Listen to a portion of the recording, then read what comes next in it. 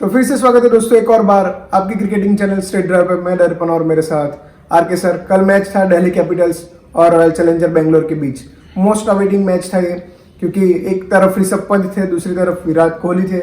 हर किसी को ये इंतजार था कि कौन किस पे भारी होगा, और कल एक ही रन से दिल्ली कैपिटल्स ये मैच हारा है। और तारीफ करनी होगी कल सिमरन हेटमायर की, जिस तरह से उन्होंने ताबड़तोड़ बल्लेबाजी की। एक बार ऐसा लग रहा था कि रॉयल चैलेंजर बेंगलोर एक तरफा मुकाबला ये जीत जाएगा, लेकिन सिमरन हेटमायर ने आने के बाद 25 गेंदों में 53 रन की ताबड़तोड़ बल्लेबाजी की और मैच को काफी क्लोज लेके गए।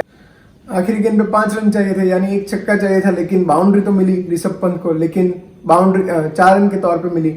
अगर वो छक्का चला जाता तो ये मैच दिल्ली कैपिटल्स जीत जाता, लेकिन हार्ड लग रहा कल ऋषभ पंत का। लेकिन एक गलती ऋषभ पंत की भी थी। आखिरी ओवर मार्कस स्टोइनिस को दी गई, जिन्होंने 19 ओवर तक एक भी ओवर डाली नहीं थी, और 20वीं ओवर आखिरी ओवर पहली बार मार्कस स्टोइनिस को वो लेके आए इस इनिंग में, और आखिरी ओवर 23 रन की रही। एबी डिविलियर्स ने धुलाई की आखिरी ओवर में मार्कस स्टोइनिस की, और मुझे ऐसा लगा कि मैच वहां से बदल गया। लेकिन सर, बात करते हैं ओपनिंग की, आरसीबी की ओपनिंग की, तो विराट कोहली फिर से एक और बार फेल रहे कल। विराट कोहली हमेशा आउटसाइड द ऑफ स्टंप खेलने में या तो कॉट बिहाइंड होते हैं या फिर ऐसे ही बोल्ड हो जाते हैं। तो विराट कोहली को सोचना होगा, जो उन्होंने जो सोच लिया है उनको दोबारा सोचना होगा कि एज एन ओपनर वो कहाँ तक फिट बैठते हैं, क्योंकि वो उनकी स्ट्रेंथ है पुल और कवर ड्राइव। और जब वो शुरुआत में आकर स्ट्राइक करने का जिम्मा पडिक्कल को दे देते हैं और खुद इधर उधर करके एक रन भागने के चक्कर में होते हैं, उससे क्या होता है कि पडिक्कल जो रन रेट ऊपर लाता है, ये रन रेट अपनी ओर से बरकरार नहीं रख पाते हैं। ये कभी कभी रन आउट भी हो जाते हैं, कभी कभी इस तरह के से भी आउट हो जाते हैं। तो और समस्या दोनों तरफ से खड़ी होती है, क्योंकि फिर वन डाउन बैट्समैन को ढूंढना पड़ेगा।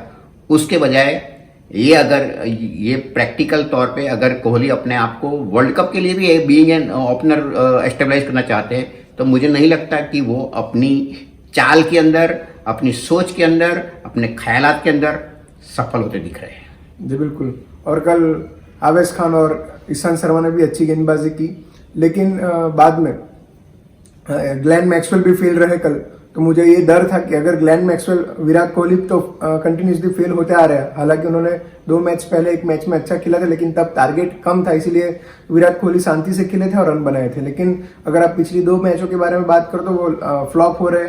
कल भी वो फ्लॉप हुए, बाद में मैक्सवेल भी फ्लॉप रहे, तो बैटिंग ऑर्डर फ्लॉप रहा था। अगर डिविलियर्स ना खेलते तो कल भी आरसीबी ये मैच हार सकती थी। अगर कोहली की एक बात और कहना चाहूंगा कि Kohli is a chase master.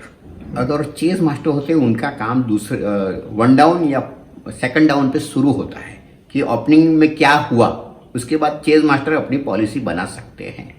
तो अब कैरियर के पिछले दौर में कोहली और प्रयोग न करे, जो सेट हो चुका है उनको बरकरार रखे, वो बेहतर होगा। और अगर आपने दर्पण एबी डिविलियर्स की बात छेड़ी है, तो एबी डिविलियर्स जैसे बल्लेबाज सदियों में एक होते हैं। जी बिल्कुल। उन्होंने कई तरीके के स्ट्रोक्स इन्वेंट किए और कभी कभी तो ऐसा लगता है कि वो बॉलर का दिमाग बहुत पहले से पढ़ लेते हैं, उस हिसाब से पोजीशन लेते हैं और गेंद भी वहां पर आती है। या फिर ये कहो कि वो ऐसे कुछ बाजीगर है, ऐसे कुछ मेस्मराइज कर देते हैं गेंदबाज को कि वो जहां उनके चहल पहल करते हैं कदमों की, वहीं पे गेंद आती है। ठीक उसी तरीके से वो उनको हिट लगाते हैं जैसा कि वो चाहते हैं।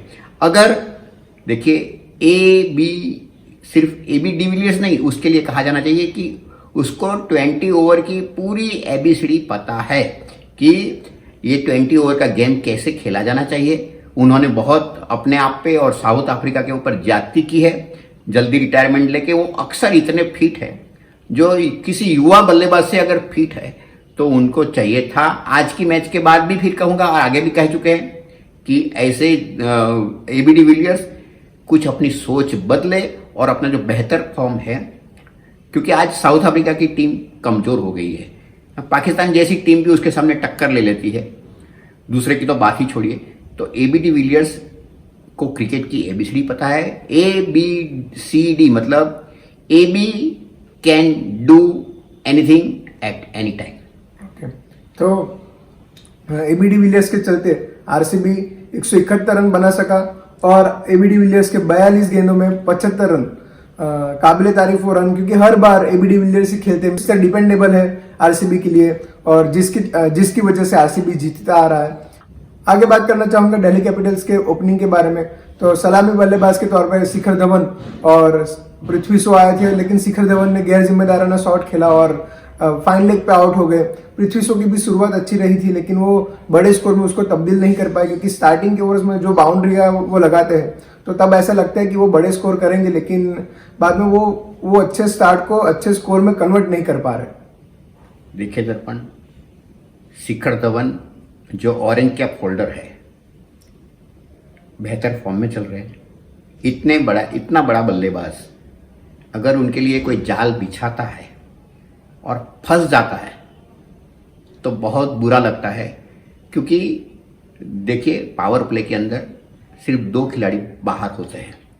तो ये एक उन्होंने फाइन लेग बाउंड्री पे रखा था, एक स्क्वायर लेग बाउंड्री पे रखा था, सिर्फ 2 ही खिलाड़ी रखे थे और बाउंसर दिया गया आउटसाइड द लेग स्टंप और धवन ने ठीक वैसा स्ट्रोक खेला जो उनको कतई नहीं खेलना चाहिए था।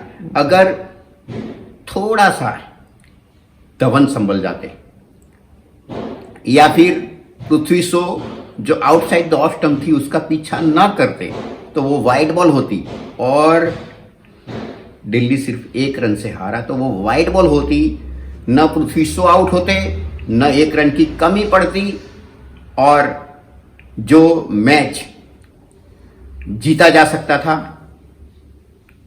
सिर्फ 1 रन के लिए, न सिर्फ ऋषभ पंत को, न सिर्फ हेटमायर को, बल्कि हम जैसे देखने वाले कई लोगों को इनका बड़ा दर्द हुआ। और आज पहली बार दर्पण देखा गया कि किसी कप्तान को हारने का कोई दर्द हुआ, वरना वो बस हारते हैं, एक ही बात करते हैं, हम सीखते हैं, लेकिन जो दर्द उनके चेहरे पे दिख रहा था वो बिल्कुल देखने जैसा था।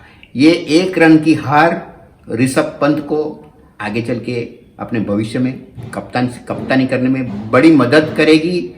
और अगर आपने कहा कि वो बाउंड्री लाइन आखिरी स्ट्रोक जो बाउंड्री लाइन के बाहर गया 4 रन के लिए, अगर वो बाउंड्री लाइन के ऊपर से जाता 6 रन के लिए तो 1 रन से हारने के बजाय 1 रन से जीत भी सकता था दिल्ली। और दिल्ली ने ये मैच हार कर भी रॉयल चैलेंजर्स को जो चैलेंज दिया है, एक वर्तमान कप्तान को एक भविष्य के उभरते हुए कप्तान ने जो चैलेंज दिया है वो कोहली भी याद रखेगा। और ये दृश्य, मैच के बाद के दृश्य बड़े देखने लायक थे। उन सब ने हेटमायर की और ऋषभ पंत की बैटिंग को सराहा और दोनों ऐसे बातें करते थे मैदान के अंदर, जैसा लगता था कि खेलने में चाहे हम अलग अलग हैं लेकिन फिर भी हम एक है, और बड़ा ही प्यारा नज़ारा था। और जिस तरह से मैंने पहले कहा कि हेटमायर ने ताबड़तोड़ बल्लेबाजी की, 25 गेंदों में 53 रन बनाए, लेकिन उसके बाद आखिरी ओवर मोहम्मद सिराज करने आया और मोहम्मद सिराज ने यॉर्कर लेंथ गेंदबाजी की, जिसके चलते बल्लेबाजों को खेलने में दिक्कतें आ रही थी, रन निकल नहीं रहे थे। जब बाउंड्री की जरूरत थी आखिरी ओवर में तब वो आ नहीं रही थी इतनी आसानी से। और मुझे ऐसा लगता है कि मोहम्मद सिराज का जो एक्सपीरियंस था वो आखिरी ओवर में काम आया। हालांकि मोहम्मद सिराज कल की मैच में काफी महंगे भी रहे, 44 रन दिए थे 4 ओवर में, 1 विकेट ही चटका था, लेकिन आखिरी ओवर के चलते ये मैच पूरा आरसीबी जीत गया। आरसीबी जीता सिर्फ 1 रन से। मैदान पे स्टोइनिस की गेंद पे जो एबी डिविलियर्स की आंधी आई और ठीक उसी के बाद एक आंधी, सही मायनों में, सही लफ्जों में वातावरण की आंधी, हवामान की आंधी भी मोदी स्टेडियम पर आई और उसकी वजह से खेल भी थोड़ा देरी से शुरू हुआ। लेकिन ये मैच दिल्ली को दूसरे से तीसरे नंबर पे ले गया, कोहली को पहले नंबर पे ले आया। तो 1 नंबर पे पहुंचने के लिए कोहली ने 1 रन से मैच जीता और इसीलिए ज्यादातर लोग दिल्ली की मैच को हमेशा पसंद करते हैं, क्योंकि ऋषभ पंत ऐसे खिलाड़ी है जो मैच को बहुत करीब तक ले जाते हैं। पिछली मैच भी टाई हुई थी और फिर बड़े ही रोमांचक अंदाज में फिर उसको जीत लिया गया था। आज भी सिर्फ 1 रन से हारे, लेकिन कहना पड़ेगा दिल्ली ने हार कर भी दिल जीत लिया। जी बिल्कुल, तो ये था आज का post match analysis Delhi Capitals और रॉयल चैलेंजर बेंगलोर के बीच हुए मैच के बारे में। अगर आपको हमारा ये शो अच्छा लगा हो तो कृपया आप हमारे चैनल को सब्सक्राइब करें, वीडियो को लाइक करें, शेयर करें और कमेंट भी करें। तब तक हमारे साथ बने रहने के लिए धन्यवाद। कल इसी अंदाज में फिर से मिलेंगे सनराइजर्स हैदराबाद और चेन्नई सुपर किंग्स के मैच के पोस्ट मैच एनालिसिस के लिए।